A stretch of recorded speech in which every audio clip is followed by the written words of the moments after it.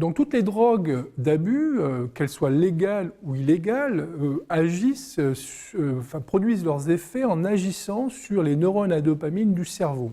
Et en particulier en amplifiant l'activité de ces neurones, générant ainsi en fait un signal de satisfaction, de gratification, de plaisir très intense qui pourrait expliquer pourquoi les individus succombent face à ces drogues. Alors ceci dit, il faut quand même rappeler que nous ne sommes pas tous égaux face aux drogues. En effet, lorsque l'on considère toutes drogues confondues, seule une fraction des individus qui expérimentent et qui consomment des drogues va éventuellement développer une addiction, c'est-à-dire perdre le contrôle de la consommation, malgré la connaissance des risques encourus et aussi malgré le désir de s'arrêter. Donc une des grandes questions aujourd'hui, c'est d'essayer de comprendre cette vulnérabilité individuelle, d'où elle vient, quelle est son origine, comment l'expliquer exactement. Alors là, nous sommes aujourd'hui on va dire, au stade des hypothèses, et on peut imaginer plusieurs scénarios, qui ne sont pas forcément exclusifs les uns des autres d'ailleurs. Donc on pourrait très bien imaginer, et on a quelques éléments de réponse qui permettent de penser que les systèmes de contrôle du comportement, de la motivation, des désirs, qui est finalement implémenté au niveau du cortex préfrontal, qui est cette région du cerveau humain qui est à l'avant et qui est très développée chez l'homme en particulier,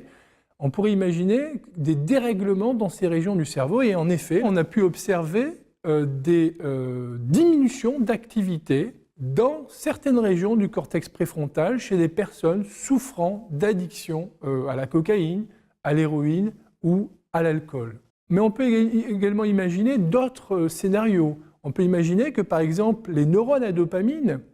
chez ces personnes, sont particulièrement sensibles aux effets des drogues par rapport à la population générale. On a pu démontrer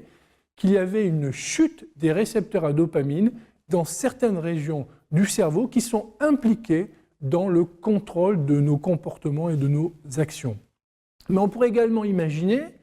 que ces personnes vulnérables, et si cette vulnérabilité a comme origine une origine neurobiologique, que les systèmes de défense qui permettent de réagir au poison de la drogue, puisque notre cerveau a également des mécanismes qui lui permettent finalement d'éviter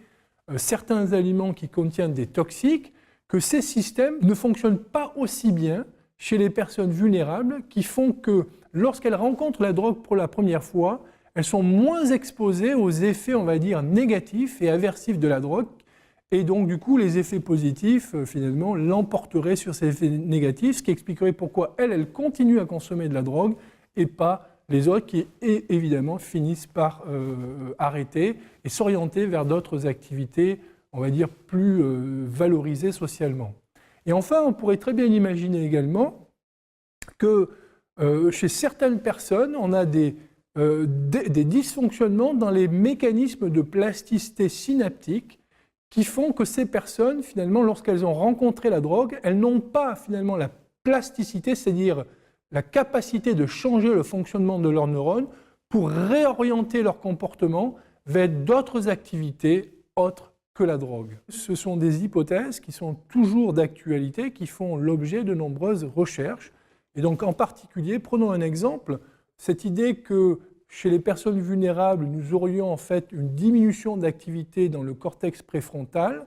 Les recherches essayent vraiment d'établir en fait la véracité de cette hypothèse, mais c'est assez difficile, car comme vous pouvez l'imaginer, il est très difficile finalement de savoir qui est l'œuf ou la poule en étudiant ces phénomènes chez l'homme. En effet, on pourrait se poser la question, est-ce que cette hypoactivité dans le cortex préfrontal est un facteur de vulnérabilité qui va conduire à l'addiction, ou bien